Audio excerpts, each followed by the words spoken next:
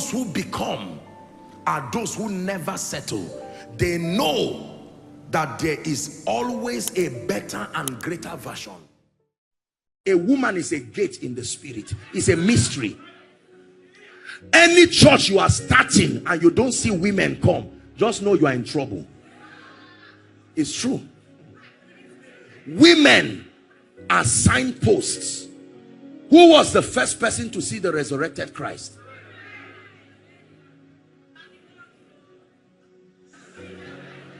A woman is a gate in the spirit. Listen, the womb that was given to a woman is not about a child. I hope you know a man and a woman are two dimensions of God. He just separated himself to use marriage and explain something, and then to double as a system of procreation. But the primary assignment was not children. There was something about him that cannot be known till he separates his dimension into two entities, then join them back and says they are one. They can be one because they were always one.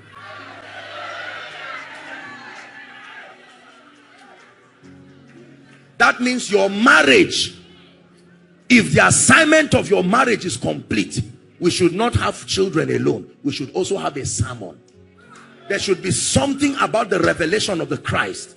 So a woman and a man are two dimensions of God. If you don't agree, you added something to that description. Because if it's ideal, it should connect. Everybody say prayer. You are down in your prayer life, yet you are still the highest prayer warrior in your family. That's to tell you how easy it is. Are we together? When the devil wants to destroy you, he will allow your prayer life go down, then put you in the midst of prayerless people. So when you compare yourself with them, you have a sense of advancement. And they comparing themselves with themselves are not wise.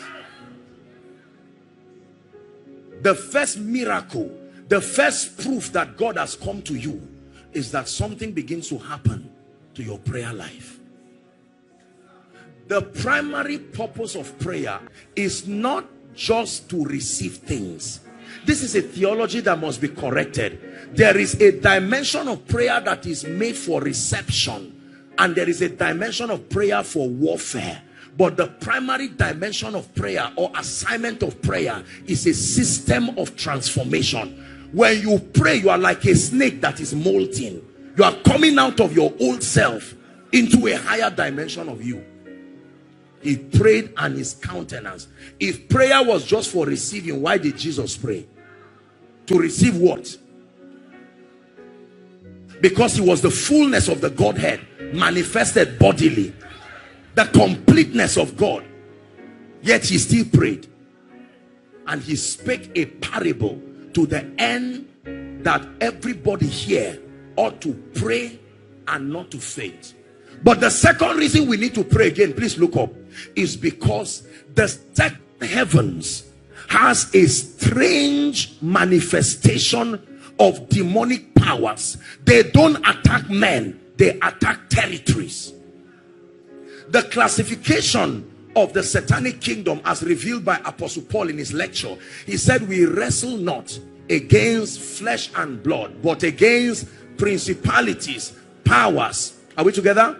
Rulers of this darkness. Then he says spiritual wickedness. They don't reign on earth, they reside in the heavenlies.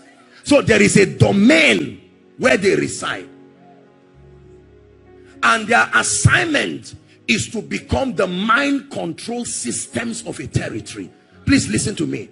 That means that they have studied that civilization over many years, and they have built the loopholes around that civilization. So if they look at Lagos, they know what to do. They know that Lagos does not have time.